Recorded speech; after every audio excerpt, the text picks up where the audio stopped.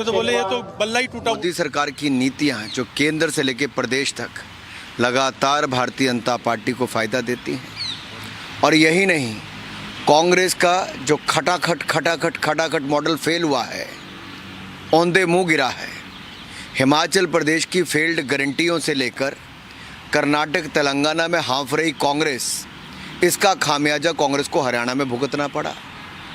चाहे जो मेन विषय थे, दलाल दमाद हो या फिर दलितों का अपमान हो, खर्ची पर्ची वाला विषय हो, तो कहीं ना कहीं इन सारे विषयों का एक बड़ा महत्व पूरे चुनाव में देखने को मिला है। लेकिन मैं कहूँगा बड़ी बात थी भाई, लोकसभा चुनाव के बाद जब ये चुनाव हुए तो कल से जिस तरह से एग्जिट पोल्स दिखाए जा रहे थे, आज उनको भी नकारते हुए एक तरफे नतीजे भारतीय जनता पार्टी के पक्ष में आए। हरियाणा की जनता का बहुत बहुत आभार, हरियाणा के भारतीय जनता पार्टी के कार्यकर्ताओं को बहुत बहुत बधाई। उनका काम, नरेंद्र मोदी जी का नेतृत्व, जिसके कारण हम लगातार आगे बढ़ते हैं। मनोहर लाल जी ने लंबे समय तक वहाँ काम किया और नायब सैनी जी, जिनके मुख्यमंत्री के रहते हम लोग चुनाव लड़े, इन सब का बहुत फ़ायदा हमें मिला है।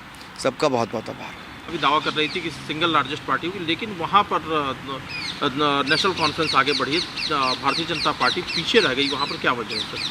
देखिए, कुल मिलाकर अगर आप जम्मू क्षेत्र देखेंगे तो भारतीय जनता पार्टी का काफ़ी अच्छा प्रदर्शन रहा।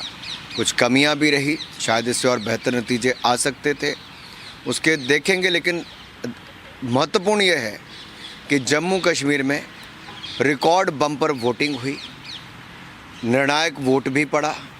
तो जो लोग ईवीएम पर प्रश्न खड़ा करते थे, लोकतंत्र पर प्रश्न खड़ा करते थे, और बहुत सारे लोग पथराव, आतंकवाद, अलगाववाद, इनको बढ़ावा देते थे, पाकिस्तान की ओर ज़्यादा देखते थे। लेकिन हिंदुस्तान के मतदाताओं ने बार बार ये दिखाया है कि हिंदुस्तान का लोकतंत्र बहुत मजबूत है।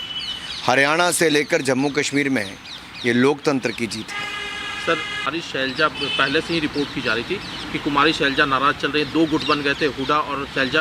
क्या उसका भी फायदा हुआ भारतीय जनता पार्टी को?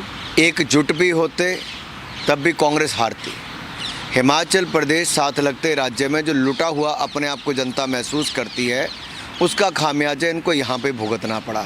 हरियाणा में कोई जवाब नहीं था कांग्रेस के पास कि टॉयलेट सीट टैक्स ये देश में पहली बार देखने को मिला। हिमाचल प्रदेश की सरकार ने जो वायदे किए थे उनमें से कुछ पूरा नहीं किया, उल्टा जनता की जेब से उगराही करने का काम किया है। एक के बाद दूसरा टैक्स या सेस ये लगाया गया हिमाचल प्रदेश में।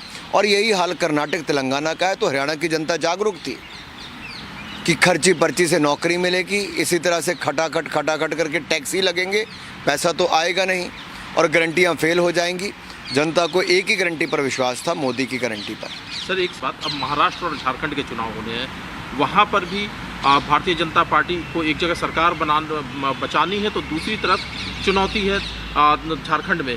क्या कहना है सर? मैं दोनों राज्यों में हाल ही में जाकर आया, जब ये दोनों जम्मू कश्मीर हरियाणा के चुनाव थे, तब मैं 2 दिन निकाल के वहाँ पे भी गया। जो परिवर्तन यात्रा झारखंड में चली, क्या शानदार यात्रा रही। हर जगह हज़ारों की तादाद में लोग उमड़ कर आए और लोगों को लगा ये जो रोहिंग्या मुसलमान या घुसपैठिए हैं, ये कैसे झारखंड के लोगों के हक मार रहे हैं, और उनको संरक्षण देने का काम कांग्रेस, आरजेडी और झारखंड मुक्ति मोर्चा की सरकार कर रही है। वहाँ भ्रष्टाचार नई ऊंचाइयों पर पहुँचा है, महिलाएं अपने आप को असुरक्षित समझती हैं, ट्राइबल के हक छीने जा रहे हैं। वहाँ एक एमपी कांग्रेस का 350 करोड़ रुपये नकद उससे पकड़ा गया।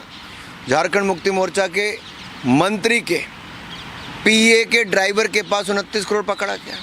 आईएएस अधिकारी के सीए से 20 करोड़ पकड़ा गया।